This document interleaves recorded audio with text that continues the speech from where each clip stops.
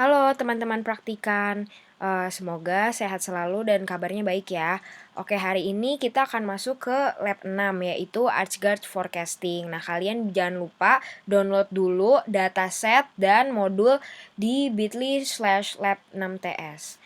Oke, jadi mungkin ini agak sedikit mengulang untuk lab kemarin ya yang yaitu ArchGuard gitu karena lab kali ini kita menambahkan untuk metode forecastingnya. Jadi seperti yang kita tahu ya, model ArchGuard itu dimulai karena adanya masalah volatility clustering gitu, di mana sebagian data memiliki ragam yang kecil, sedangkan sebagian lagi memiliki ragam yang besar nih.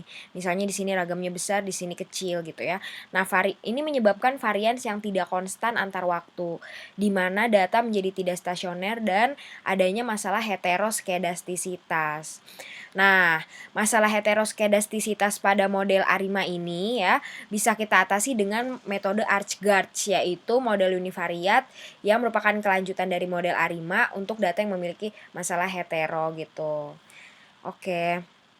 Nah, pengembangan model ArchGuard ini ada sekiranya 6 gitu. Yang pertama ada Arch model, ada Garch model, ada Arch inmin, ada Garch with ARMA process, ada eGarch dan ada Tarch atau TAR gitu. Nah, untuk tahapan forecasting ArchGuard sendiri ini yang pertama kita tentunya harus cek stasionaritas dari variabel kita. Kita cari ordo terbaiknya ada di mana. Lalu kita cari apakah ada arch effect ya, atau apakah si variabel kita ini memiliki masalah heteroskedastisitas gitu. Terus kita lakukan permodelan dengan ArchGuard, lalu kita bisa cek lagi stasionaritas dari varians yang kita punya, dan yang terakhir baru kita bisa lakukan forecasting ArchGuard. Oke, mungkin ini juga udah dibahas ya di minggu kemarin. Jadi ini adalah untuk pengecekan arch effect gitu, dimana komennya ini ada estat archelem, lag 1/n. Nah, ini lagnya ini bisa 4, bisa 2, bisa 8 gitu ya teman-teman. Nah, ini untuk hipotesisnya, untuk kriterianya ya, dan kesimpulannya. Ini sebenarnya udah kita pelajarin ya di minggu lalu. Oke, ini juga kita sedikit mengulang. Jadi untuk kelanjutan model AR itu ada namanya Arch model atau autoregressive conditional heteroskedasticity, di mana modeling conditional variance yang berkaitan dengan error kuadrat periode sebelumnya, atau bisa kita tahu adalah AR model gitu ya. Nah, ini untuk persamaannya ya teman-teman. Nah, yang kedua itu ada Garch model atau generalized autoregressive conditional heteroskedasticity, yaitu modeling conditional variance yang berkaitan dengan error kuadrat periode sebelumnya dan juga conditional variance periode sebelumnya, atau lanjutan dari ARMA model. Nah, ini ada persamaannya. Oke, yang ketiga ada Garch with ARMA process ya, di mana conditional variance sama seperti Garch model, namun conditional mean-nya diregresi dengan proses ARMA dan biasanya memiliki efek seasonal gitu. Nah, yang keempat ada eGarch atau exponential Garch. Nah, itu jika terdapat leverage effect dan terdapat negativity dalam variance equation yang dimiliki oleh Garch. Nanti kita akan lihat contohnya. Nah, ini adalah persamaannya ya teman-teman. Jadi kan namanya kita juga exponential Garch ya. Jadi di sini ada beberapa yang mungkin tidak linear gitu. Nah, di dalam Garch ini ada yang namanya masalah asimetri gitu ya, atau bisa kita sebut leverage effect. Nah, contohnya itu misalnya bad news ya di pasar saham itu lebih mempengaruhi volatilitas dibandingkan good news gitu, dimana biasanya pasar saham itu memiliki korelasi yang tinggi ya returnnya dengan volatilitas masa depan gitu. Misalnya return sekarang itu tinggi gitu, nah volatilitas di masa depan itu cenderung akan rendah. Kenapa? Karena kan returnnya tinggi ya, jadi pemegang saham tuh merasa aman untuk memegang saham tersebut.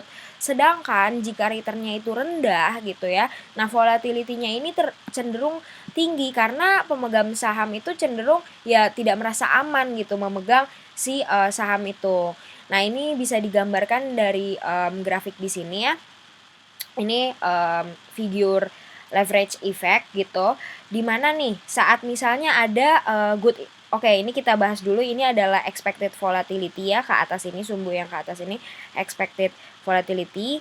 Nah, yang ke samping ini adalah informasi ya. Jadi ini saat ada informasi, dan di sini adalah expected return-nya gitu. Ya. Nah, jadi saat ada good news ya, saat ada good news gitu di sini. Nah, si return-nya ini cenderung akan positif ya kan, karena dia ke kanan. Ini juga good news gitu ya. Ini good news lah kita anggap. Nah, return-nya itu adalah dari A ke B, dari titik A ke B ya. Misalnya kita anggap ini 5 lah ya, dari A ke B ini adalah 5 misalnya, 5 kita tulis 5. Misalnya ini ke bawah nih gitu. Oke. Nah, sedangkan saat ada negatif news gitu ya, atau bad news, sorry, ini misalnya kita anggap ke expected return-nya menurun 5 juga ya, misalnya minus 5 gitu. Sorry, minus 5 misalnya ya. Misalnya sama nih, minus 5 tapi. Oke. Minus 5. Nah, ini kan misalnya penurunan returnnya dan kenaikannya misalnya sama ya, tapi di sini kita bisa lihat yang berbeda adalah nah ini kan sama ya misalnya.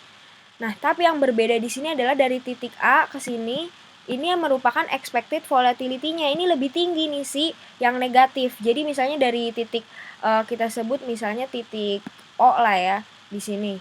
Titik O ke A ini tuh akan lebih jauh dibandingkan misalnya di sini kita tarik garis untuk yang positif ya.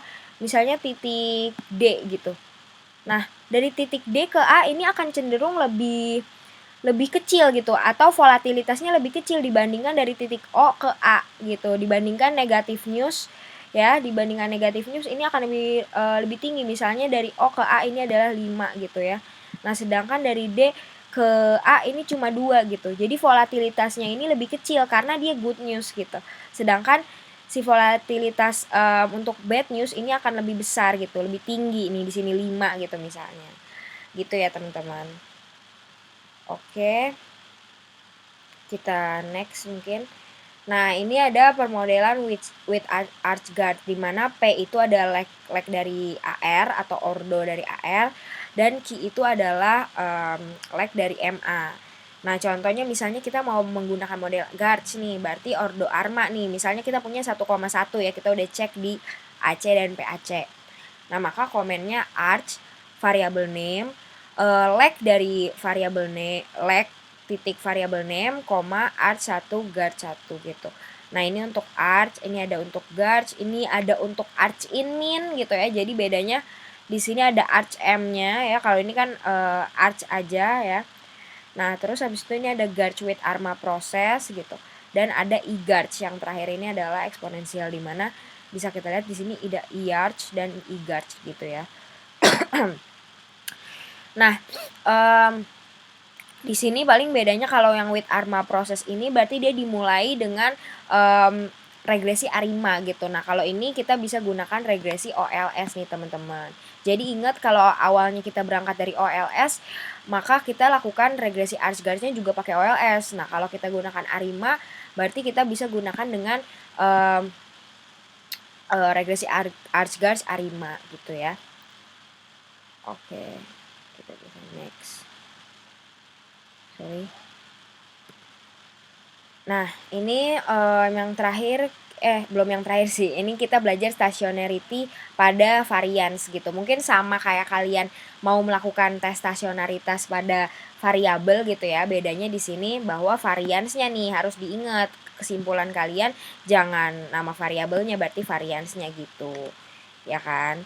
Jadi sama sih untuk hipotesisnya H0 tidak stasioner, HA stasioner, dan saat p-value kurang dari alfa, H0 ditolak, maka variabel udah stasioner. Saat lebih dari alfa, H0 tidak dapat ditolak, maka variabel belum stasioner. Nah, katanya nih varians yang belum stasioner ini mengindikasi adanya masalah asimetri yang tadi gitu. Jadi kita harus meremediasi misalnya dengan e-guards atau TARCH atau TAR itu ya. Oke.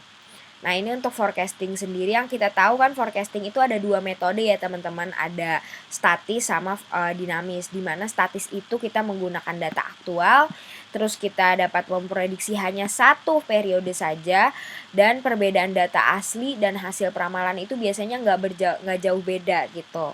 Nah, untuk dinamik kita kan udah belajar juga ya di lab 3. Nah, itu dia menggunakan data peramalan periode sebelumnya ya. Terus dia juga dapat meramal lebih dari satu periode, dan biasanya nih perbedaan data asli dan data peramalan jauh lebih besar nih gitu, dan biasanya errornya juga lebih besar gitu teman-teman. Nah, oke. Mungkin bisa next. Nah, mungkin sekian dari lab ArchGarch ini, ArchGarch Forecasting. Jika ada yang ditanya bisa langsung bertanya ke TA masing-masing. Selamat sore.